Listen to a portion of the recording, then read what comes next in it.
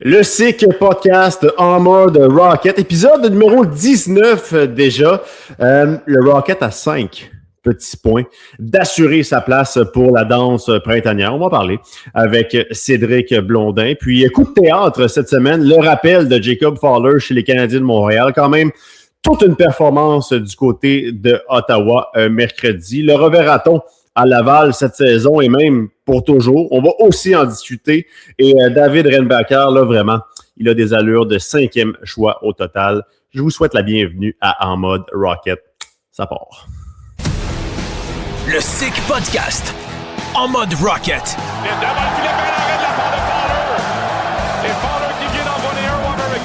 Le podcast le plus sick sur le Rocket de Laval. Voilà une entrée de territoire pour Jacky. Jacky, belle feinte, ça met devant le filet. Le but! Marqué par Florian Jacky! Avec Cédric Blondin et Vincent Demuy. Le but marqué par David Renbacker.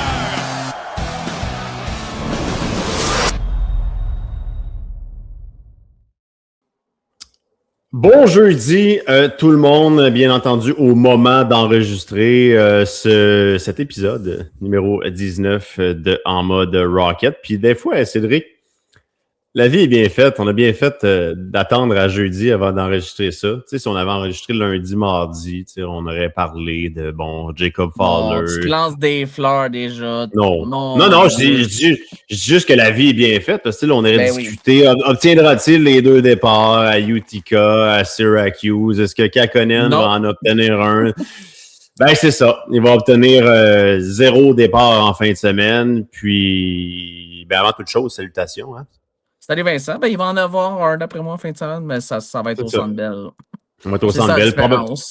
Probablement contre les Ducks d'Anaheim. Ça va être contre les Sharks samedi, d'après moi. Ah ouais, bon. Dobèche, ça a été plus compliqué face aux Sharks la semaine passée ou il y a 2 semaines dans le gros voyage dans l'Ouest pour le Canadien. Donc, j'ai l'impression que tu veux le tester face à Macklin Celebrini et sa bande. Il n'est pas pire. Il n'est pas pire, lui, Macklin Celebrini. Aux dernières nouvelles, il s'est joué au hockey. Puis aux dernières nouvelles, on ne le verra pas dans la Ligue américaine. Non. Macklin Celebrini, là, bien au-dessus de ça. Comment tu vas, Vince? Je vais bien, mais j'aimerais commencer avec des salutations en cette saison des impôts, puisque c'est ce qui m'occupait là, aujourd'hui. Vraiment des tâches d'adultes. Des tâches d'adultes, de travailleurs autonomes, commencer à préparer mes impôts. Alors, salutations aux comptables pour cet épisode numéro 19. Puis salutations également aux agents immobiliers. Cédric, toi qui iras visiter un nouveau logis, alors félicitations. Ou pas, c'est selon. Ben oui, espérons que ça soit fructueux. On va voir ce qui va arriver pour la suite des choses. Bon, on va commencer. Salue, on leur dit bonjour. Bon, c'est ça. En ce qui nous concerne, courtier immobilier et comptable sont salués en ce jeudi 12 mars. La première affaire qu'il faut jaser, c'est... nous autres, on fait un podcast sur la Ligue américaine, donc on va pas s'étaler sur ce qui va se passer nécessairement avec le Canadien, mais ça concerne le Rocket. Mais la question à se poser... puis surtout après la performance qu'il a offert hier, Jacob Fowler du côté du centre Canadian Tire de Canada et non Ottawa. Reverra-t-on Jacob Fowler cette saison ou même forever dans l'uniforme du Rocket de Laval? On n'a pas la réponse à cette question-là, mais je pense que cette dite question-là mérite d'être posée. Oui. C'est oui, pourquoi ça? En série. OK. Ma projection, moi, à moins que le Canadien fasse un gros bout de chemin, je pense pas qu'on va le revoir parce que, en fait, je sais pas c'est quoi le plan avec Montembeault, mais visiblement qu'on donne pas le départ à Ottawa, ça envoie tout un message de procéder au rappel de Fowler dans un match aussi important dans cette course aux séries pour les Canadiens. Oui, ça ne va pas pour Montembeault. On pensait qu'il s'était recalibré dans le temps des fêtes, mais visiblement, la réponse est non. On est tanné, là. Je pense qu'on est tanné. La Ligue nationale, c'est pas une ligue de développement, c'est pas une ligue où tu peux te permettre, OK, on va restructurer ton jeu, c'est une ligue de performance. Mais est-ce que Montembeault pourrait se retrouver avec le Rocket? Non. Pas cette année, il peut pas. Il ne fallait peut qu'il soit pas. sur Ben oui, t'as raison. fallait que, là, il y a beaucoup de gens qui ont posé cette question-là. Fallait qu'il soit sur le roster. Fallait qu'il soit sur le roster avant cette fameuse date limite des transactions. Fallait qu'il passe à travers le ballottage. Alors, même si on aimerait qu'une autre équipe aille chercher son contrat, ça arrivera pas. Un conditionnement. Mais c'est la seule façon, mais à un moment donné, les conditionnements, ça a le dos large. À un moment donné, je comprends. Faut que le joueur approuve. Ça, c'est la première chose. Faut que lui soit d'accord pour une deuxième fois cette année. Honnêtement, je serais surpris qu'on fasse ça. Mais là, veut pas, ça va avoir un impact sur notre gestion de nos 4 gardiens dans l'organisation l'année prochaine aussi. Moi, dans le cas de Jacob Fowler, moi aussi, j'aimerais davantage le voir en séries éliminatoires avec le Rocket plutôt que d'être auxiliaire à Montréal en série. Puis là, il y a aussi la question des rappels. Tu peux pas jouer au yo-yo. Tu as le droit à 5 d'ici la fin de la saison. Donc, Kent Hughes là, a les mains là, plus liées qu'avant la date limite des transactions. Là, tu pouvais jouer au yo-yo. Tu pouvais dire, bon, ben là, Montembeault fait pas le travail. On a 2 en 2 cette semaine. On va te rappeler, on va te renvoyer à Laval pour jouer des games après. Tu peux plus faire ça. Mais Vincent, là, ça arrivera pas. Moi, je te fais une prédiction aujourd'hui, un hot take, là, qui n'est pas tant hot, là, je peux te le dire. Fowler sera le gardien numéro 1 du Canadien au premier match des séries éliminatoires. Faut qu'il joue. Moi, je vais avec un. Ben, c'est ça. Et s'il joue, puis souvent, on s'est parlé depuis le début de l'année, on s'est dit laissez-le à Laval, laissez-le prendre du galon, être prêt quand il va faire le saut, mais il est prêt, là. Ouais. On est rendu là. Il démontre tellement de constance depuis le début de l'année, Vincent, que faut arrêter de. Oui, l'important, c'est qu'il joue. S'il ne joue pas, il faut qu'il revienne à Laval. Puis ça arrivera. C'est là que ça devient un petit problème. Mais c'est sûr que si on l'a rappelé en brûlant un des 5 rappels d'ici la fin de la saison, c'est parce qu'on a l'intention de le faire jouer. Il l'a démontré. Est-ce qu'on l'aurait fait plus tôt s'il n'avait pas été malade pendant 3 semaines? Là aussi, la question se pose. Écoute, il y a bien parce que avant la date limite des transactions, ça aurait été idéal parce que tu aurais pu envoyer Montembeault à Laval, peut-être espérer ou pas que quelqu'un ramasse Montembeault avec son 3,15 millions encore pour cette année puis l'année prochaine. Peut-être à ce prix-là, peut-être qu'une équipe aurait tenté le coup, puis veux pas, tu n'aurais rien eu pour Montembeault, mais en même temps, tu aurais éclairci les choses au niveau de ta position de gardien de but. Oui, moi, c'était le plan qui faisait plus de sens de le faire. Là, après ça, tu as un peu les mains liées. Tu vas-tu entrer en séries éliminatoires avec 3 gardiens? Les chances qu'on voit Fowler à Laval en saison régulière sont quasi nulles. En saison régulière. En série, on va voir. On va voir. S'il n'était pas arrivé l'année... Non, mon point n'a pas de... Mais la saison, les deux côtés... Oui, ben c'est ça, mais les deux côtés, les 2 saisons terminent à peu près en même temps, là, à mi-avril. Le Rocket, je pense que c'est le 20 à Toronto, quelque chose comme ça. C'était toujours le 19, le dimanche, là. Mais j'étais pas loin. Le Canadien, c'est aux alentours de la même chose, un petit peu avant, là, j'ai bien l'impression.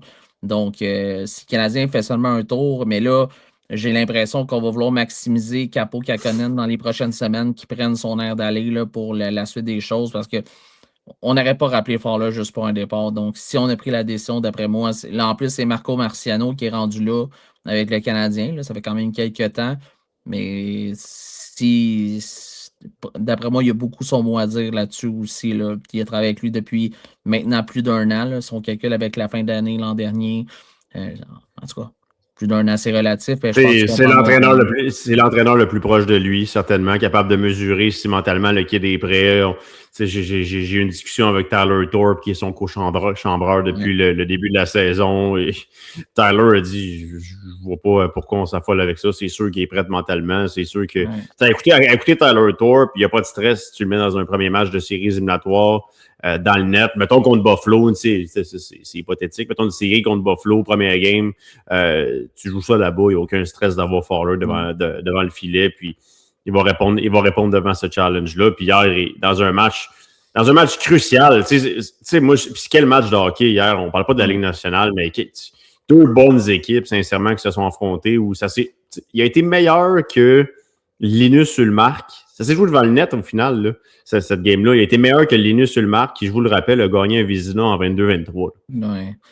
Mais le meilleur échantillon, c'est que oui, il a donné 2 buts en première période, tard en première période. C'était pas des buts. Il ne fait pas faire grand-chose sur le premier, celui de Batterson. Il était complètement oublié. Le deuxième, il a raté son poke check. La rondelle se retrouve dans le fond du filet. Donc, désolé pour l'anglicisme encore une fois, mais moi, mais le poke check, c'est le terme. C'est comme le toe drag, c'est pas le tir-cuillère. Le tir à la cuillère, les 5 dernières minutes ou les 3 dernières minutes du match à Ottawa hier, ça démontre exactement ce qu'on dit depuis le début de la saison de Jacob Fowler. Tout le monde il peut regarder là, le calme, tous les arrêts à bout portant qu'il a fait en fin de match pour permettre aux Canadiens Celui sur Claude Giroux, là. Wow. Celui-là, l'arrêt avec 1 ou 2 secondes à faire alors qu'il était bien combattu. Combien d'arrêts il a fait dans ces dernières minutes-là? Il faudrait sortir de la statistique, mais jamais été ébranlé devant son filet. Je voyais sa face là, quand les joueurs allaient le voir pour le féliciter. Pour lui, c'était comme si c'était normal. Il avait le sourire. On voyait son sourire dans ses yeux à travers son casque. Mais je fais ma job. On est content, on est certainement content pour lui. Puis, je pense pas que dans le giron du Rocket, on pleure son départ. Je pense que tout le monde est très, très, très, très unanime pour dire que c'est l'objectif, là, c'est de les amener dans la Ligue nationale, les amener au plus haut niveau, dans la meilleure ligue au monde, toucher également un meilleur salaire. Je pense que personne chez le Rocket va dire que c'est démérité dans son cas, même si. Puis on a amené Capo Kakkonen pour ça aussi. C'est l'histoire d'avoir un bon gardien également devant le filet à Laval. Puis pour Capo Kakkonen, tu revires le chandail de bord. Lui essaie de faire ses preuves pour avoir le meilleur contrat possible la saison prochaine. Lui aussi, là, s'il pense juste à sa cause, il doit esquisser un petit sourire pour faire comme au moins je vais avoir le net. Je veux dire, je vais pouvoir faire mes preuves. Peut-être être le gardien de but en séries éliminatoires. J'ai amené les Checkers très très loin la saison dernière. Pour lui, c'est égoïstement, c'est une bonne nouvelle aussi. Puis, dans le même sens, si le Canadien avait eu l'intention de simplement rappeler quelqu'un pour devenir le second à Dobèche, est-ce qu'on aurait peut-être été intéressé à rappeler Kakkonen, laisser Fowler avoir la pole à Laval, puis garder les buts? Oui, le Rocket a quand même un calendrier. Rendu là, Kakkonen au Montembeau, pour vrai. C'est ça. C'est du pareil au même un peu. Là, mais si on fait Fowler en haut, c'est parce qu'on a l'intention de le faire garder les buts. Le Rocket a un calendrier tellement, je dis relax, mais c'est le cas là, dans le prochain mois, d'ici à la fin de la saison. Quelques 2-2, pas de 3-3. C'est un calendrier qui aurait pu permettre à Fowler de jouer une bonne majorité des matchs d'ici la fin de la saison. Donc, tu sais, si tu as besoin de quelqu'un qui est capable qui est capable de garder des buts dans la Ligue nationale, qui garde quand même confiance, Kakkonen aurait pu remplir ce rôle-là. Mais si tu rappelles Fowler, il va challenger Dobèche. Moi, j'ai aucun doute de dessus. Oui, Dobèche a du succès, il va chercher des victoires, mais c'est pas tout le temps convaincant devant son filet au gardien de but. Non, c'est ça. Tu veux également prévoir l'improbable. Une blessure, ça peut arriver. Une blessure, ça peut arriver. Puis, es-tu confortable à avoir Montembeau devant le net en séries éliminatoires présentement? Quand tu regardes les actions, la réponse est non. La réponse est non. Donc, on va voir dans le cas de Montembeau ce qui va arriver, mais il ne sera pas envoyé à Laval. Il va-t-il avoir une transaction cet été? Va-t-il aboutir à Laval l'année prochaine? Moi, je pense que là, présentement, tu as Fowler dans la tête de Kent Hughes puis tout ça. Jeff Gorton, on amorce la prochaine saison également comme ça. C'est pour ça que la question se pose si Jacob Fowler va à nouveau revêtir une fois en carrière le chandail du Rocket de Laval, peut-être pas. En saison régulière, ça me surprendrait bien gros, mais en séries éliminatoires, tout dépend de sa charge. C'est ça. Ça dépend. Lui, il pourrait être envoyé au Rocket sans problème. Il était sur le roster avant la date limite des transactions. Donc, lui est admissible à jouer en séries éliminatoires. Disons que le Canadien, c'est une fin hâtive. Puis le Rocket, c'est tout le contraire. Lui, il pourrait faire les deux. Il pourrait faire les deux à ce moment-là, ce qui est une carte excessivement importante dans la manche de Kent Hughes. Mais je veux conclure le petit bloc sur Jacob Fowler là-dessus. J'en parlais avec Tony Marinaro sur son podcast. Pour moi, il y a 3 gardiens Les 3 meilleurs espoirs devant le filet dans la Ligue américaine, c'est Jacob Fowler à Laval, c'est Sergei Murashov à Wilkes-Barre, qui a eu 5 matchs dans la Ligue nationale cette année, et Sébastien Cossa. C'est les 3 gros gardiens de la Ligue américaine qui sont jeunes. On enlève là-dessus les Michael DiPietro de ce monde qui est plus considéré un espoir. C'est quand même surprenant de dire que Jacob Fowler est en avance dans la chance qu'on lui donne d'avoir un poste dans la Ligue nationale quand tu le compares aux 2 autres, parce que c'est le plus jeune des 3. Donc, je trouve ça quand même assez surprenant, ça. Oui. Cossa, ça a pris 4 saisons. C'est pas le même type de gardien de but non plus du tout. Cossa aura sa chance l'année prochaine. Oui. Lui, il faut lui faire une place. Et puis, la situation des Red Wings devant le filet n'est pas la même. Elle l'était, par contre, la saison dernière. Elle ressemblait un peu à celle du Canadien la saison dernière. Ouais. Sauf qu'on jugeait que Cossa n'était pas prêt. Là, Cossa serait prêt, sauf que tu as fait l'acquisition de John Gibson. Donc là, tu n'es pas dans la marde. Tu peux prendre tout ton temps. À la limite, il y a des équipes qui vont peut-être t'appeler pour Cossa, puis tu prendras une autre décision. Puis les Red Wings ont également Trey Augustine. Alors, il reste seulement une année de contrat, donc après cette année de 32 ans, donc tu sais, lui, il lui reste pas 10 ans de hockey non plus. Donc, il y aura, c'est Cam Talbot, le second de mémoire, donc on a des gardiens quand même assez âgés du côté de Détroit, mais ça va être intéressant du côté de Détroit de voir ce qu'on va faire au cours de l'été. Est-ce qu'on va vouloir faire une transaction? On a 2 gros espoirs devant le filet avec Cossa et Trey Augustine. On aurait peut-être le luxe de pouvoir se départir de l'un d'eux. Moi, je pense que ça va être une... Parce que tu as Gibson qui reste 1 an de contrat l'année prochaine. Tu t'amènes Cossa qui peut de préparer le temps lorsque Gibson n'aura plus de contrat. Augustine peut prendre son temps à se développer dans la Ligue américaine. Lui qui risque de sauter au niveau professionnel, là, j'ai l'impression, à la fin de la saison dans la NCAA pour Augustine. Donc, sera à surveiller, mais c'est intéressant. Puis tu sais, un jeune gardien ne peut pas être 6 ans backup. À un moment donné, il faut que tu lui donnes sa chance. Mais dans le développement, ça fait partie du livret de développement d'au moins l'avoir comme un gardien auxiliaire 1 an. Surtout dans la nouvelle Ligue nationale, où un gardien de but numéro 1 va avoir quoi, 50 matchs, c'est un 50-32, mettons, un 55-27. Ça pourrait être ça chez le Canadien la saison prochaine. Ça monte à 84 l'année prochaine. 84 en plus. Donc, puis, faut pas monter Fowler nécessairement pour revenir au Canadien et dire c'est le gardien de but numéro 1. Pour moi, la saison prochaine, j'ai pas de problème à dire, disons qu'il y a la Coupe d'Aubèche, le numéro 1, tu lui donnes 50 games, tu en donnes 32 à Fowler. Il y a pas de... Tu nuis pas à son développement si tu procèdes comme ça. Là. Un A, un B au pire. C'est un peu, dans toute bonne équipe de la Ligue nationale, c'est un peu ça qui se passe. Là. Tu regardes du côté du Colorado, Blackwood, Wedgwood, je veux dire, on alterne. Ça, c'est un exemple parmi tant d'autres. Les Bruins de Boston ont connu du succès en ayant un A, un B. Swayman, Ullmark. Je veux dire, on fait ça pendant quand même plusieurs années. Anyways, c'est ce qui clôt la discussion sur Jacob Fowler. Ceci dit, le Rocket, c'est ça, partait aujourd'hui. Je ne sais pas en nous à nos sujets, mais on va quand même faire une petite parenthèse sur le Rocket qui prenait l'autobus du côté de Utica aujourd'hui. J'ai eu l'occasion quand même de demander quelques mises à jour au niveau blessures, donc parce qu'on n'a pas beaucoup de nouvelles. Quand même, il faut l'admettre, là, des blessures. On m'a informé qu'on attendait toujours un verdict là, concernant Simoneau, Bisson et Didier. Donc, eux ne joueront pas en fin de semaine. Bonne nouvelle, si ça en est une, là, Adam Engstrom est dans l'autobus. Les chances qu'il joue sont assez faibles. Donc, on a pris la route avec 8 défenseurs, Josh Jacobs et Derek Louis-Jean inclus. Donc, ce qui nous pousse à penser qu'Adam Engstrom, les chances qu'il revienne au jeu en fin de semaine sont excessivement faibles. Pardon. Oui, mais ça, j'avais vu là, de la pratique de lundi. Il y avait des photos à chaque fois là, sur le compte du Rocket. J'avais vu Jacobs avec un chandail avec contact. Donc, pour moi, c'était une bonne nouvelle. Oui. Donc, ouais. Donc, mais ceci dit, gros props à Derek Louis-Jean. J'avais beaucoup aimé son intensité au camp d'entraînement cet automne. C'était un de ceux qui travaillait le plus fort. Bien évidemment, avait des preuves à faire. Lui, il n'a toujours pas joué en carrière un match dans la Ligue américaine. Ça va-tu arriver en fin de semaine? Peut-être que oui, peut-être que non. Mais à la base, un rappel en soi, là, c'est une belle récompense pour lui là, qui a somme toute une bonne saison du côté des Lions. Ça aurait pu être Charles Martin, ça aurait pu être également Jacob Dion.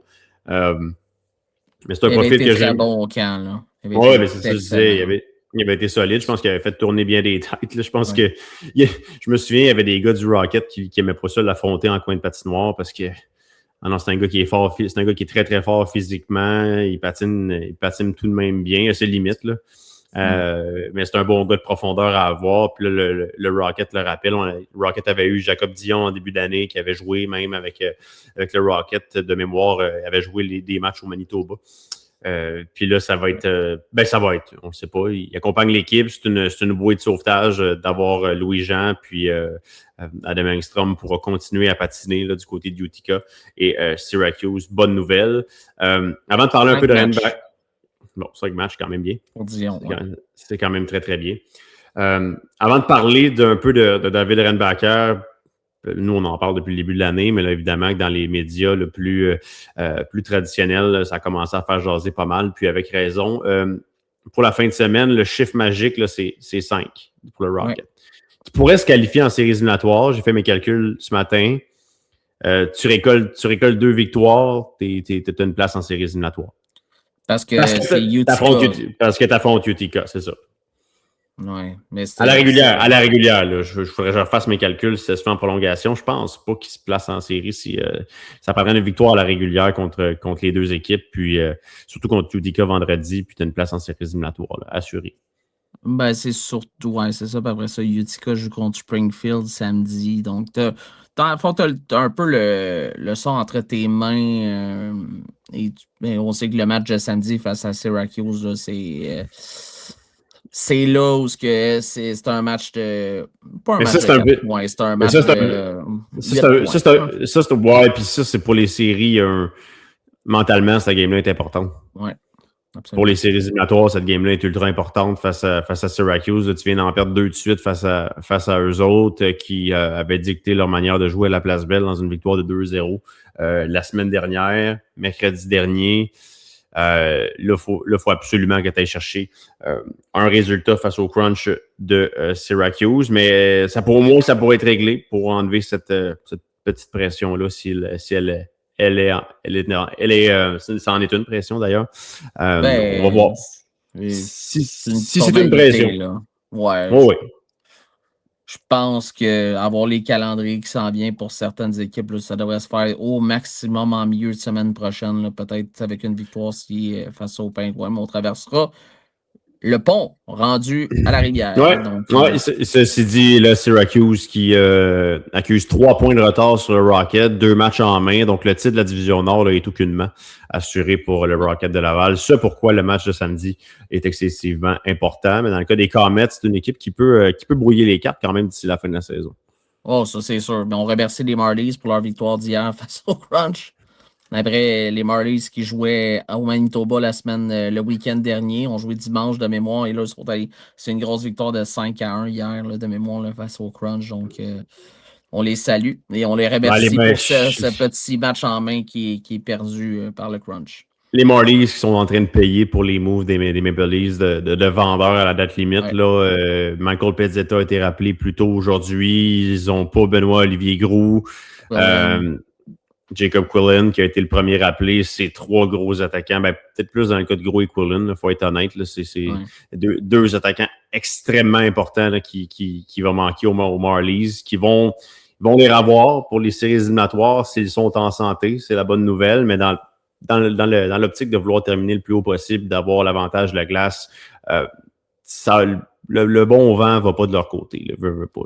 Mais en même temps, ils sont quasiment assurés eux autres aussi d'une place en série. Là, à moins d'une catastrophe, là, ils ont quand même 13 points de priorité sur Belleville et 14 sur Utica. Donc, eux autres, c'est peut-être en même temps. Non, mais ça va avec ce line-up-là, ça va être compliqué d'éviter le play-in. C'est moi, je trouve. Surtout avec les 2 équipes les 3 équipes qui sont devant. Ben, c'est ça. Tu sais, je veux dire, si t'enlèves Quillen, c'est un morceau hyper important. Là, je veux dire, là, ta profondeur vient d'en prendre pour son rhume. Mais pour venir à Utica, là, c'est quand même 6 victoires à leurs 10 derniers matchs. Eux, puis c'est drôle parce que c'était à peu près le même scénario, mais moi, la saison dernière. C'était une équipe qui n'arrêtait pas de faire suer des formations qui avaient besoin des points. Puis là, ils se retrouvent à peu près dans le même siège alors qu'eux sont, à toute fin pratique, éliminés de la course. On va parler de David Rennbacher, mais avant de le faire, je veux qu'on aille entendre quand même ce qui s'est dit dans le vestiaire la fin de semaine dernière de deux gars qui ont joué avec lui alors qu'il a possiblement joué ses meilleurs matchs de la saison face aux Americans de Rochester. Il a joué avec Mark Del Gaizo, il a joué avec William Trudeau. Puis les deux gars ont été extrêmement élogieux envers le défenseur autrichien. On va aller les écouter.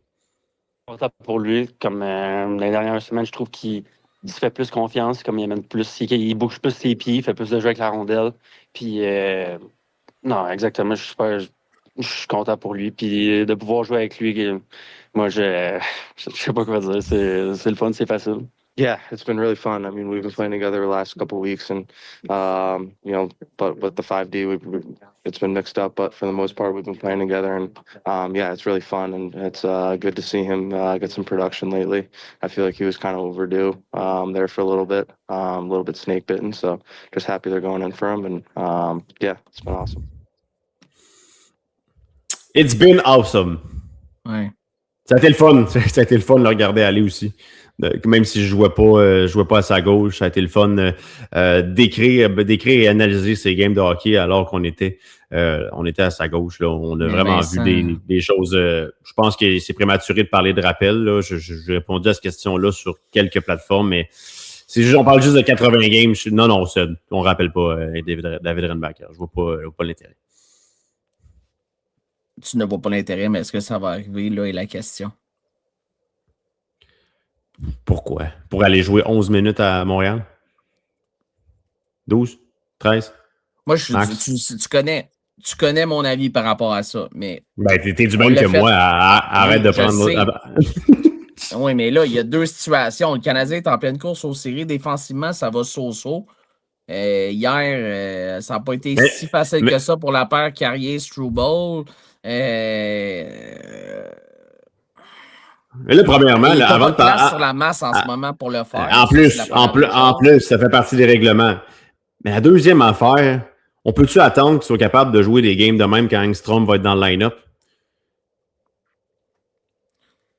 Parce que ça serait là, les deux qui se ramasseraient avec le Canadien d'ici. Parce que ce qui a été démontré cette année, puis ce qui a été démontré quand il ne joue pas beaucoup, c'est moins facile. Oui. Puis ça, va falloir qu'il ne veut pas, ça se place dans le cas de Rennbacher. Tu n'auras pas 28 minutes à Montréal, probablement jamais. Non. Pas tout de suite, en tout cas. Tu vas peut-être avoir 28 minutes si tu es un défenseur de première paire en finale de la Coupe Stanley. Si tu es un défenseur de première paire.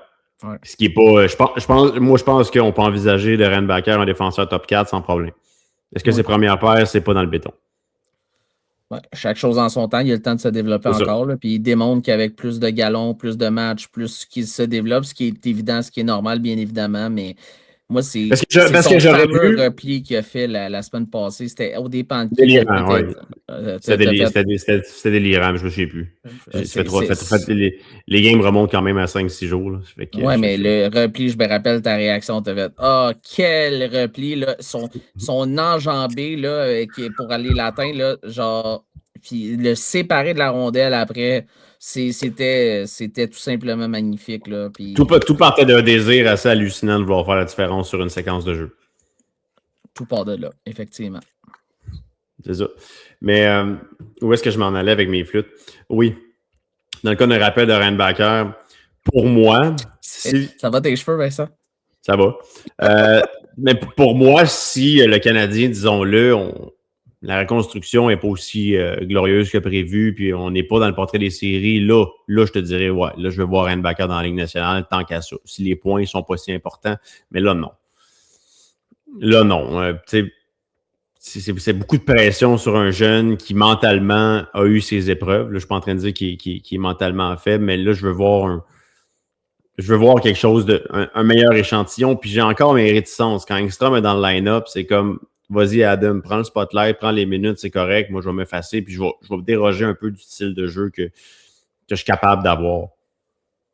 Il n'est pas aussi talentueux offensivement qu'Adam Engstrom, puis si ça se trouve, il ne sera jamais.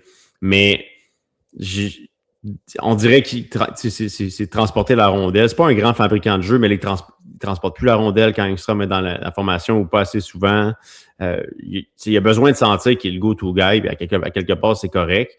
Mais je pense là, je vais être optimiste parce que je pense qu'il va être capable d'amener ça quand Engstrom va être dans l'alignement à partir de maintenant. Oui, mais parce je veux qu'il le voir. démontre une Mais je veux le voir constance quand qu'il ne même. démontrait pas. Oui, mais je veux le voir quand même. Tu comprends? Oui, je comprends. Je veux le voir quand même. Je veux le voir jouer 100 matchs dans la Ligue américaine. Là, il est à 80. Série 81 peut-être. Là. Série plus saison. Puis là, ce 100 matchs-là, ça l'amène à passer la saison complète. Ça l'amène à passer la saison complète puis d'être ton défenseur défensif numéro 1. Ton défenseur complet numéro... Tu sais, voilà comme les gardiens de but. Là. Il peut y avoir un défenseur 1A, 1B. Ça, il faut qu'ils le comprennent. Ouais. Il peut y avoir deux défenseurs numéro 1 à Laval. Oui, ça c'est sûr. Mais s'il continue à jouer comme ça, il ne jouera pas une deuxième saison à Laval. Ça c'est... Ben, puis à quelque part, c'est correct. C'est un cinquième au total. Un cinquième au total n'a pas besoin de 4 saisons à Laval, normalement. De le nommer comme cinquième au total. Mais il a le talent. Il a démontré qu'il avait le talent pour être repêché à ce rang-là en fin de semaine. Oui. 100%. C'est ça. Puis un gars avec ce talent-là, ces bonnes lectures-là, ce désir-là, cet acharnement, cette force physique, cette intelligence au jeu-là, normalement, si tu enlèves le choix au repêchage, ce que je viens de dire, il n'a pas besoin de 4 saisons dans la Ligue américaine. Non. C'est ça. C'est ce qu'on attendait de voir, justement, ce qu'il démontre dans les dernières semaines, même... mais tu l'as dit, puis il y a plusieurs facettes encore à améliorer. L'avantage numérique, on sait que c'est pas sa force primaire, là, l'attaque, on est d'accord, mais il y a une bonne lancée, il y a un bon lancer, une bonne garnotte, j'allais dire. Là. Il est capable de lancer. Quand il décoche, il est capable. Là. Mais il j'ai vu des confiance, il hésite des moments de tirer, ça brise des jeux. T'sais, je pense qu'il focus trop à faire des options de passe en avantage numérique, puis c'est correct, mais l'avantage numérique a besoin d'une autre option là, qui est capable de décocher des lancers parce que oui, parce que quand tes deux gars sur les flancs, ils n'ont pas d'option. Là. Ils n'ont pas d'option. Ils peuvent pas amener la rondelle au filet, puis ils n'ont pas de corridor de tir. C'est évident qu'ils vont envoyer la rondelle à Reinbacker. Puis il y a des séquences où les deux gars sur les flancs, je le sentais. Là, je me disais, j'analysais la game, puis je me disais, là, ils veulent que David prenne une shot. Là, c'est assez clair. Puis il ne le faisait pas. Je me disais, à un moment donné, tu as tenté tes deux options, flanc gauche, flanc droit. Puis le corridor de tir, souvent, on lui donne parce que, veut pas, les adversaires remarquent ses tendances. Il est très pass first plutôt que shoot first, présentement. Alors qu'il y a un meilleur shot qu'Engstrom, au final. Ça, c'est sûr. Engstrom, il est plus précis, par exemple. C'est ça. Dans le placement de rondelle, il est plus précis. Mais ça vient à force. Engstrom, à sa première année à Laval, là, il manquait le net bien plus souvent. Je veux dire, c'est... Mais c'est normal. C'est normal. Il essayait. Mais j'ai hâte, pour vrai, j'ai vraiment hâte de revoir les deux dans le line-up et pouvoir voir, parce que je l'ai dit en ondes en fin de semaine, mais si Reinbacker joue de cette manière-là, puis Engstrom, il renoue avec ce qu'il a fait, puis ça devrait être une formalité tant qu'à moi. Je le connais assez pour pouvoir le dire. Si le Rocket a ces deux défenseurs-là, tu peux battre pas mal n'importe qui en séries éliminatoires. Ouais. Mais, même si Fowler n'est pas là, Kakkonen a quand même amené les Checkers l'année passée en finale de la Coupe Calder. Puis il a fait la différence dans bien des games. Oui, je suis d'accord avec toi. Non, je n'irai pas là. Je n'ai pas envie d'aller là. Mais non, mais là, si tu veux aller où? Tu veux dire que Kakkonen ne fera pas la job? Tu veux dire que Kakkonen ne fera pas la job? Mais j'ai l'impression que le Rocket va falloir qu'il s'adapte. Parce qu'on ne voit pas le même visage du Rocket quand c'est Kakkonen. Puis laisse-moi m'expliquer pourquoi. Là, parce que ça peut être interprété de 25 millions de façons différentes. Là. Mais la confiance dont Fowler garde les buts, son chien, là, si on veut, là, son attitude, sa posture, ça donne extrêmement confiance au groupe. Kakkonen, il est pas mal plus réservé. Il est pas mal plus... Tu sais, il fait pas de vagues. Oui, mais je comprends ça, mais Christy, la fiche de Kakkonen, c'est quand même 17-6-4. Je sais, mais c'est juste que je trouve que le Rocket joue une identité beaucoup plus physique, beaucoup plus de chien défensivement. On a plus quand Fowler est là que quand Kakkonen. Je sais pas si c'est relié. Je comprends. Je comprends, mais en même temps, vendredi, quand Fowler était devant le net à son retour, j'ai trouvé que le box-out, ça a été une des compliquées de l'année. Oui, mais Pourquoi? Puis moi, je te parle peut-être bien que d'un match.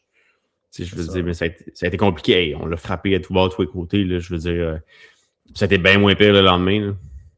Puis, tu sais, on peut pas demander à Kakkonen de jouer avec est-ce que je peux utiliser le terme avec un F puis un Y qu'il y a dans sa game, Jacob Fowler. Mais c'est pas le même genre de personnalité. C'est ça, mais il faut juste que le groupe essaie de jouer un peu la même game qu'il joue avec Fowler, d'essayer de jouer avec cette attitude-là, cette hargne-là, défensivement frappé. C'est peut-être juste mon impression, mais j'ai toujours l'impression qu'on n'a pas le même.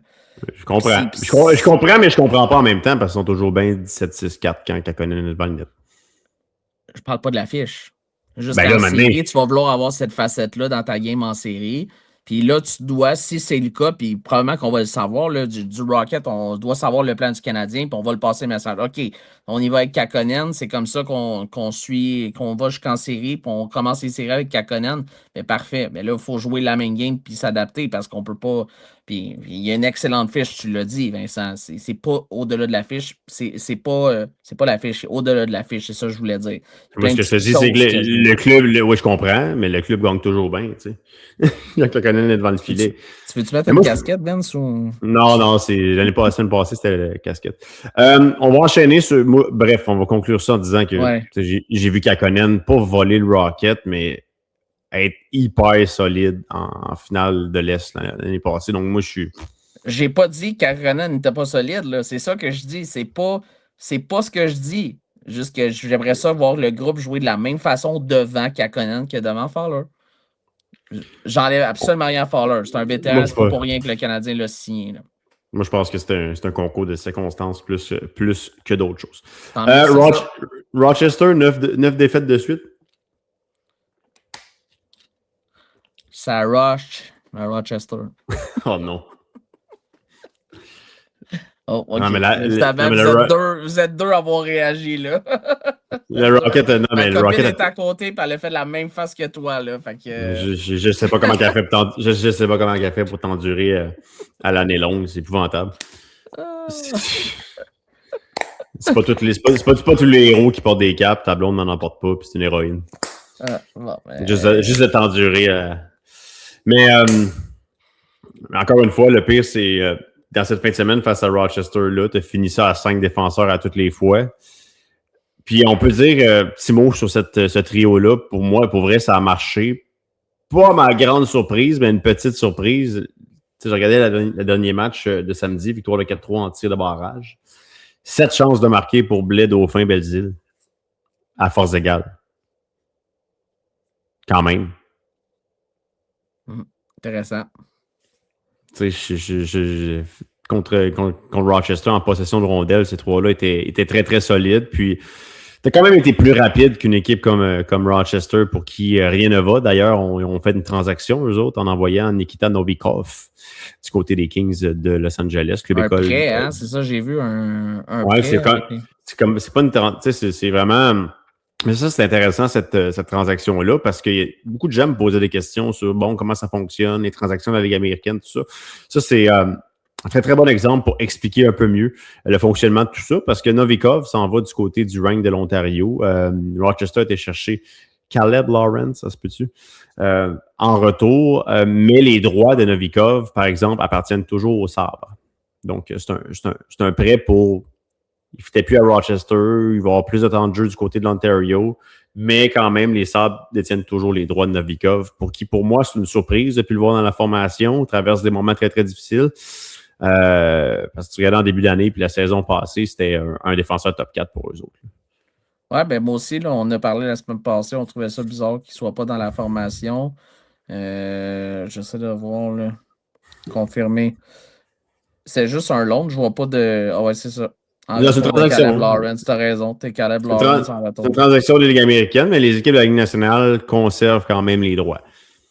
Donc, c'est un changement d'air. Puis, tu sais, ça, c'est le genre de transaction de... On a peut-être abdiqué sur le joueur, mais on va tenter quelque chose pour sauver les meubles, peut-être. Je sais pas. Mais... je ne serais pas surpris que l'aventure de Novikov avec les Sabres tire à sa fin, peu importe. Là. Ben, est-ce que les autres en avaient besoin? Probablement. il a sa place. C'est un bon défenseur, ce Nikita Novikov. Pour moi, juste que je pense peut-être qu'on était un peu surpris dans certains cas. Là. Jones, qui a joué quand même beaucoup de matchs dans la Ligue américaine, au-delà de 45 points. Peut-être que ça l'a limité. Lawan a plus un rôle défensif. Donc, je sais pas. Je suis un peu surpris, moi aussi. Il y a peut-être de quoi à l'interne aussi. C'est un gaucher, mais puis Lawan est un droitier. Dans mon livre à moi, Novikov, c'est un meilleur défenseur que Noah Lawan quand même. Mais il y a quelque chose qui a déraillé du côté de Rochester dans le cas de Nikita Novikov. Certainement qui était un gars de premier plan l'année dernière et en début de saison. Même Don Stevens, là, le scripteur de l'équipe, se disait aussi surpris à quel point les choses ont mal tourné dans son cas. On va voir. Il y a des choses qu'on ne sait pas. Il y a des choses qu'on ne sait tellement pas non plus. Dans le vestiaire, ça allait-tu bien avec lui, avec ses coéquipiers? Il peut y avoir un paquet de choses qu'on ne sait pas non plus. On va passer tout de suite autour des règlements. Rochester, 2 victoires du Rocket, 4-2, 4-3 en tir de barrage où l'équipe est extrêmement rapide dans ces matchs-là, comme les chances de marquer avantage au Rocket dans les 2 matchs, surtout dans le deuxième, bien qu'on s'est rendu en tir de barrage. Mais ces matchs-là, ils datent quand même. Mais là, on fait le tour de certains règlements. On en a parlé quand même plus tôt dans le podcast. Ces fameux rappels quand même qui sont limités, limite de 5 qui sont permis pour un club de la Ligue nationale. Évidemment, ça change un peu les choses pour Kent Hughes et ses homologues. Puis, il y a également cette date limite des transactions, Cédric, qui aura lieu. C'est demain, vendredi, 15h dans la Ligue américaine. C'est assez tranquille quand même cette semaine. Il y en a une qui a été annoncée dans les dernières heures. C'est ça que je validais à l'instant même pendant que tu parlais. Il y en a une qui est annoncée. Dylan Bancroft et Massimo Rizzo qui prennent le chemin Rizzo qui a changé 2 fois en une semaine. Il est acquis la semaine passée dans la transaction avec Alexis Gendron. Là, c'est Navrin Motter qui a été échangé vers Providence, celui qui a... Je connais pas vraiment ce Navrin Motter. Il y a 72 minutes de pénalité en 27 matchs avec Milwaukee, un différentiel de moins 10, seulement 1 point. Donc. C'est un défenseur? Non, c'est un attaquant. Ah bon? Honnêtement, est-ce que ça ne marchait pas avec Rizzo? Je ne sais pas. Là. C'est rare, là, aussi rapidement dans une transaction. Là. Ça date de... Il était acquis la semaine passée, là, la date limite des transactions de la Ligue nationale. C'est quand même une drôle de situation quand même.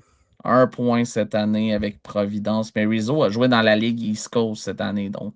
Ouais. Il a joué seulement un match. Donc Mais oui, dans le cas de Bancroft, il y avait quand même une identité. Là. Donc, il ne devrait pas avoir grande action. Est-ce que tu penses que le Rocket va bouger, toi? S'il se passe quelque chose, peut-être concernant Riley Kidney, c'est pas impossible qu'on assiste à une situation s'il y a un club qui veut lui donner son opportunité. C'est la seule chose que je verrais, honnêtement, parce que c'est assez clair qu'il n'est plus dans les plans de l'organisation. D'ailleurs, lui, son contrat se termine à la fin de la saison qui nous concerne présentement. Je pense pas que le Canadien va le qualifier. Non. Tu vas lui soumettre une offre qualificative. Alors, si tu as l'opportunité de lui offrir une fin de saison pour pouvoir se démontrer dans la Ligue américaine, mon feeling est qu'on va le faire. En même temps, probablement que ça se bouscule pas aux portes pour Riley Kidney au moment où on se parle. Il y a quand même une saison respectable, 33 points en 46 matchs avec les Lions. Si tu peux le bouger à quelqu'un qui aurait peut-être l'intérêt, qui peut lui donner un rôle, qui peut fitter avec c'est ça, mais rendu là, c'est lui rendre service. Puis je pense que le Canadien va le faire si en retour des fameuses considérations futures, à moins qu'il y ait une équipe qui ait un trop-plein en défense. Genre de transaction qu'on avait eu dans le passé, là, Jacob Perreault, Noël Offenmeyer, ce genre de choses-là, pour donner... J'ai un trop-plein à cette position-là, je vais te prendre toi, tu as un trop-plein à cette position-là. Peut-être, ou ça pourrait être contre des considérations futures à une équipe qui est pas dans ta course, n'est pas dans ta section, une équipe de l'Ouest qui sait, dans le cas de Riley Kidney, c'est la seule chose que je m'attends. Sinon, je pense qu'on va demeurer très, très tranquille, puisque, Josh Jacobs n'est pas blessé à long terme. Engstrom s'en vient. Donc, tu es à 8 défenseurs présentement, à 7,5, mettons. Donc, t'es pas là. Et t'as Derek Louis-Jean que t'as rappelé. Tu peux toujours rappeler Charles Martin et Jacob Dion. Si Jacobs avait été absent à long terme, là, je t'aurais dit, il faut se magasiner un défenseur peut-être. Mais là, le fait que le vétéran est correct, puis qu'Adam Engstrom, c'est pas une absence à long terme non plus. Je pense qu'on va s'abstenir d'aller chercher un défenseur ailleurs du côté du Rocket de Laval. Mais, chose que je m'attends par contre. À chaque année, le Canadien nous surprend en signant un joueur autonome de la NCAA. Moi, je sais de qui tu parles. Je l'ai vu aussi sur ton... Mais Non, pas. Non, vas-y. parce que ça, c'est notre dernier bloc. Puis on va y arriver bientôt. Mais tire un Will Deneen, un Joe Dunlap. Le Canadien sort toujours un gars de même après la saison de NCAA qui finit pas mal là. Dans les 2 prochaines semaines, puis les gars commencent à signer un peu partout. On le voit, les joueurs autonomes, les gars qui n'ont pas été repêchés, 22, 23 ans. Je m'attends à ce que le gars tente une chance, un Canadien, tente une chance avec un gars comme ça. Il y en a un aujourd'hui qui a signé justement là, avec Calgary, Gross. C'est ça. Lui, il vient de Calgary, mais a joué avec St. Cloud State University cette année, 41 points en 36 matchs à 23 ans. Donc, est-ce que St. Cloud a été éliminé? Probablement oui, si le signe. Oui, ben là tu sais, je suis pas celui qui est le plus au fait, mais de qui est éliminé, quand, comment, tu sais, je veux dire. Ouais. Mais là, les saisons tirent à leur fin là, au mois de mars dans l'NCAA. Ça, chaque année, le Canadien nous amène une signature. Ils ont des recruteurs qui épient la NCAA année après année. Puis ils nous sortent toujours un petit lapin de leur chapeau. On aime bien tel gars. On va lui donner un essai amateur. Tu sais, pourquoi pas? Ça coûte pas grand-chose. Essayer un joueur, amener un peu de profondeur en vue des séries éliminatoires. Est-ce que ça va arriver cette année? Moi, mon impression, c'est qu'il y aura une signature comme ça, là, au moins. Je peux me tromper absolument, mais qui sait? Oui, je suis d'accord avec toi. Ce serait intéressant. Un Dunlap, un Deneen ou peut-être du côté de la défense. Quelques mouvements quand même dans la Ligue américaine. Graham Clark qui a été échangé là, au sénateur de Belleville en retour de Wyatt Bongiovanni qui est passé du côté de Hershey. Sa première game, ça a été pas pire dans le cas de Graham Clark. Oui, mais j'ai vu ça en fin de semaine. C'était quoi? Une game de 4 points, 2 buts, 2 mentions d'aide à sa première game avec Belleville. Belleville qui pourrait être fouteur de trouble également d'ici la fin de la saison.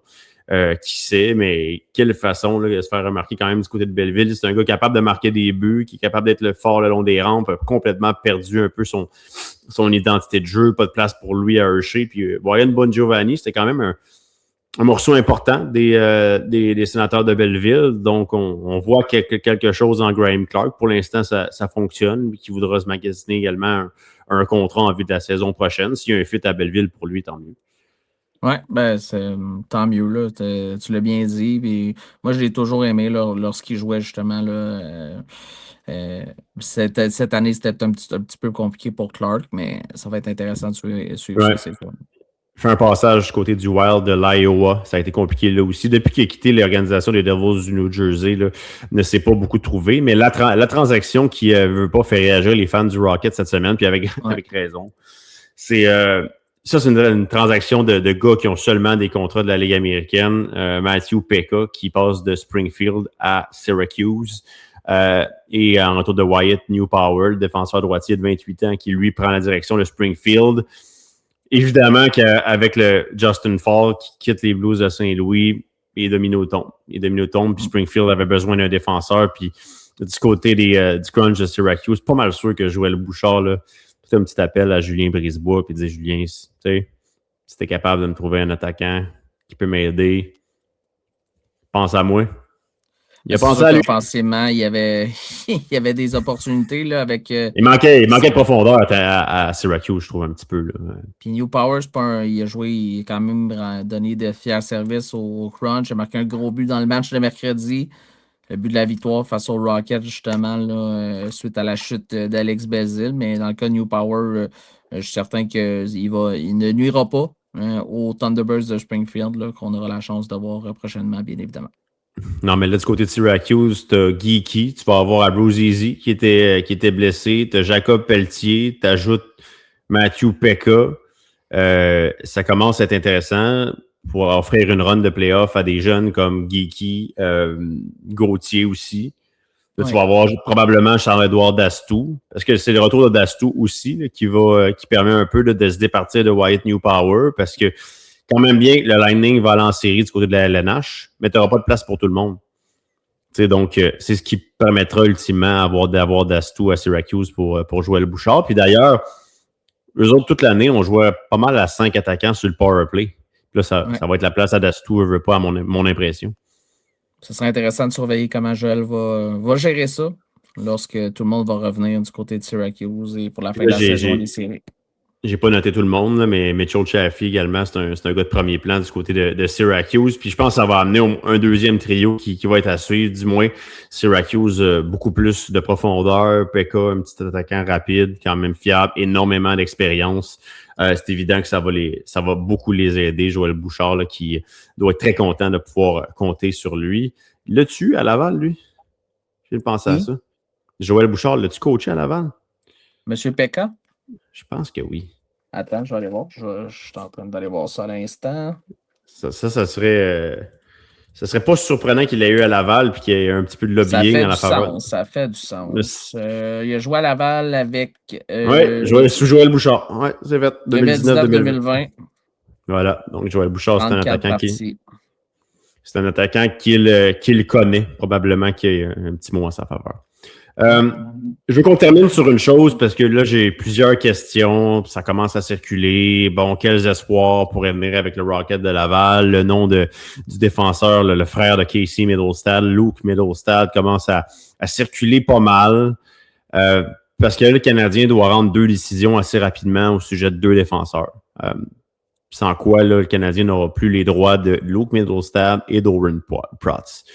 Owen Protz a encore une saison junior, donc sa saison n'est pas terminée. Elle ne sera pas avant quoi? Avril, Ced, là, toi qui es plus au... de mémoire, il joue dans une grosse équipe aussi. Oui, c'est ça. Brentford, là. À Brentford, donc c'est ça. Donc, Luke Middlestad, lui, sa saison avec l'Université du Minnesota, elle est terminée. Ce qu'il faut savoir, c'est bon, est-ce que le Canadien, premièrement, aime assez Luke Middlestad pour lui offrir un contrat, pour lui donner l'essai amateur suivi d'un contrat avec le Canadien? C'est quand même un gars qui a 23 ans, je veux dire, c'est pas un incontournable, dans le sens où, puis honnêtement, je le connais très, très peu de ce que je lis de lui. Ouais. C'est un gars qui est capable de favoriser le jeu de transition, bouge bien, c'est pas un très, très costaud, mais la première des choses, jouerait-il vraiment s'il s'en venait à Laval, je veux dire. Mais c'est quand même le capitaine avec Minnesota, là, quand même. Oui, mais je connais. Pour vrai, je vais être 100% transparent avec vous. Je regarde pas les games de l'Université du Minnesota. Moi non plus. Je suis 100% transparent. Pas assez de temps pour ça. J'ai pas le temps. Mais le jeune homme doit aussi prendre une décision. Ça veut pas dire qu'il va accepter parce que lui, à partir du 15 août, si je comprends bien, il peut signer avec n'importe qui. Ouais. Donc, ça ne veut pas dire qu'il va accepter une offre du Canadien. Lui, l'atout de signer avec le Rocket de Laval, c'est de se dire que je peux jouer des Game Pro dès maintenant. Mais en même temps, jouerait-il? C'est ça. Je veux dire, c'est... Mais en même temps, la situation... Je ne vois pas pourquoi il n'accepterait pas. Là. S'il a quand même 20 points cette année, 23 ans, il est peut-être plus proche qu'un oui, mais en même temps, Cédric, avoir 23 points quand tu as 23 ans dans l'NCAA. Oui, mais c'est un défenseur. Oui, je comprends, mais tu as 23 ans. C'est ça, mais en voulant dire, il est peut-être prêt à raison de son expérience. Lui, il peut peut-être rentrer dans la formation. Il y a sûrement des gens qui sont plus au courant. Moi, ce que je te dis, c'est que les stats, il faut que tu en prennes et t'en laisses quand tu es le plus vieux dans l'NCAA. C'est normal que tu sois performant. Tu sais, quand tu as 23 points en 35 matchs pour un défenseur, mais que tu as 20 ans dans l'NCAA, ça veut pas la même valeur que quand tu en as 23. Non, 100%. Il y en a un qui va s'en venir éventuellement, mais ça risque d'être plus tard. Fait que, parce que tu as donné un contrat à Bryce Pickford qui, lui... C'est de lui que je parlais. Oui, mais ça serait surprenant qu'on le voit, mais les Sénats ont également une excellente équipe. Là. Ben c'est ça. C'est comme Brentford avec Protz. Protz, c'est la meilleure équipe au classement général dans la OHL, Brentford. Donc, ça me surprendrait qu'on le voit avant peut-être à quelque part au mois de mai, si c'est le cas. Puis dans le cas de 100 points cette année là, avec Medicine Hat, la deuxième équipe au classement général dans l'Ouest. Puis eux autres qui ont la chance d'avoir deux équipes qui participent à la Coupe Memorial avec Kelowna qui reçoivent cette année. Donc, c'est pas impossible que ça n'aille pas en juin, là, que ça n'aille pas avant juin pour Pickford. Puis là, peut-être qu'on prendrait la décision de peut-être attendre aussi, là, bien évidemment. Là. Oui, dans le cas de Middlestad, ça va être quand même intéressant parce que lui, bon, s'il se voit avec le Canadien, puis lui, il veut être loyal envers l'équipe qui l'a repêché, accepter un contrat là, c'est un no-brainer, même si tu ne joues pas cette saison, mais que tu jouerais la saison prochaine. Dans le cas où tu as peut-être les yeux ailleurs, puis tu te dis de toute façon, je ne jouerai à peu près pas avec le Rocket, tu as le luxe de pouvoir choisir ton opportunité. S'il y en a beaucoup qui se présentent à partir du mois d'août, c'est intéressant, le Canadien qui perdrait ses droits si on ne le signe pas là, à compter du mois d'août. Puis c'est la même chose pour Oren Protz. Ça arrive, des gars que tu repêches, mais que tu ne retiens pas ses droits parce que bon, tu le veux évoluer, puis tu n'es pas prêt à leur donner là, un contrat de la Ligue nationale. Puis évidemment, ça va être intéressant à suivre. L'autre situation intéressante à suivre, Vincent Roher, lui aussi, la saison de Zurich finit le 2 avril, mais c'est une équipe en position de série. Lui, je suis pas mal sûr, par contre, contrairement à Middlestad, que s'il s'amenait, il faudrait un petit peu plus lui trouver du temps de jeu, à mon avis, là, au moins sur un quatrième trio. Ça va dépendre de la run en playoff de Zurich aussi. Les séries des éliminatoires qui devraient commencer vers la fin, vers 5, 6, 7 avril, là, dans ces eaux-là, là, du côté de la Suisse. Il connaît pas une saison du Tonnerre, mais en même temps, il est déjà sous contrat. Puis l'organisation a démontré dans le passé qu'il l'aimait. Ça va en être un qui pourrait brouiller les cartes en série, peut-être pour le Rocket de Laval. D'un point de vue il va falloir que tu tasses quelqu'un, puis tu le fasses rentrer. Je veux pas. Puis ça change tellement vite dans le hockey. Au de la semaine passée, on parlait d'à quel point la défensive, il y avait une formation en santé. On a perdu 3. Mais qui en a retrouvé un, mais en tout cas, je comprends. Puis on va se quitter là-dessus, mais là, avec ce qui se passe devant le filet, il va falloir peut-être trouver un prospect à faire passer chez le Rocket la saison prochaine. Oui. On se garde ça à la place. Ben là. T'en as 3, mais en même temps, il n'y a rien qui urge parce que les 3, tu gardes leurs droits d'ici 2027. Là, j'ai fait le petit exercice ce matin parce que là, il te manque de gardien de but. Là, il va commencer à te manquer pas en termes de qualité à Montréal, mais en termes de profondeur de gardien de but. Tu en as repêché beaucoup. Tu as Emmett Croteau qui joue à Dartmouth. Tu as Yevgeny Volokin. Puis tu as Quentin Miller. Ouais. Miller, est-ce qu'il appartient encore? Oui. Pas parce qu'il est passé dans la NCA, je pense qu'il garde un année. Lui aussi, t'as jusqu'à 2027 pour prendre une décision. À raison qu'il est parti jouer dans la NCA. Mais lui, juste une saison NCA pour l'instant. Ce serait plus surprenant. Celui qui a l'air le plus proche, c'est Croteau. Lui qui vient de finir sa 3e saison NCA. Pourrait toujours retourner la saison prochaine, si ma compréhension est bonne. Ouais. Je check dans Miller, c'est sa première année. Mais ça a été intéressant ce que Kevin Weeks a sorti au deadline, comme quoi il y avait des équipes qui appelaient le Canadien pour Croteau. Intéressant. Mais c'est sûr que là, si t'as pas Fowler, t'as pas d'Auberge, puis t'as pas Montembeault en bas, ça pose des questions, parce qu'il n'y a rien qui assure que Kakkonen accepterait d'être de retour l'année prochaine. Ben, donc, lui, il y a des convaincu ben. Mais Kakkonen, il y a déjà pas mal de vent qui était pour parler avec des équipes en Europe. C'est du vent, là, c'est des rumeurs. Je pense pas qu'il y ait de confirmation à cet effet-là. Est-ce que ce serait surprenant? Non. Est-ce qu'il veut revenir? Est-ce qu'il préfère gardien numéro 1 en Europe avec d'excellentes conditions de vie, un excellent salaire, jouer un petit peu moins de matchs? Possible. Mais je pense que c'est toujours le fun. Tu as repêché tellement de gardiens que chose certaine, je suis convaincu que le Canadien va travailler fort pour en faire graduer un en vue de la saison prochaine. Ça pourrait être... Moi, si j'avais un feeling, c'est que ça serait Croteau.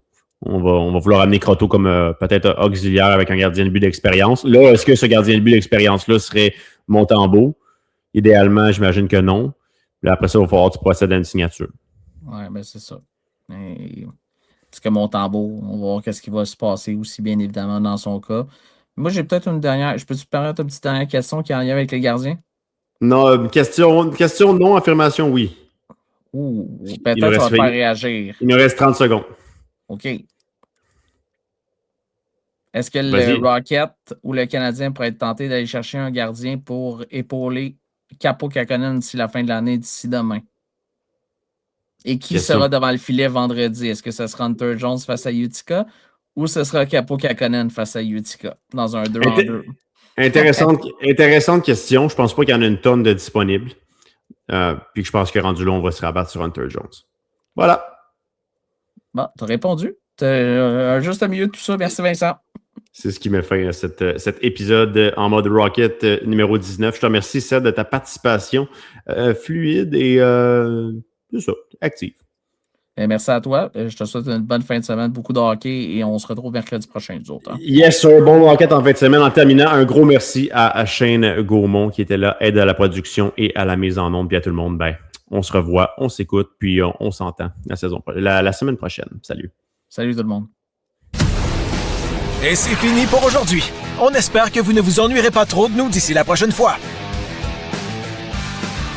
Abonnez-vous à le Sick Podcast en mode Rocket sur YouTube, X, Facebook, Instagram et toutes les plateformes audio.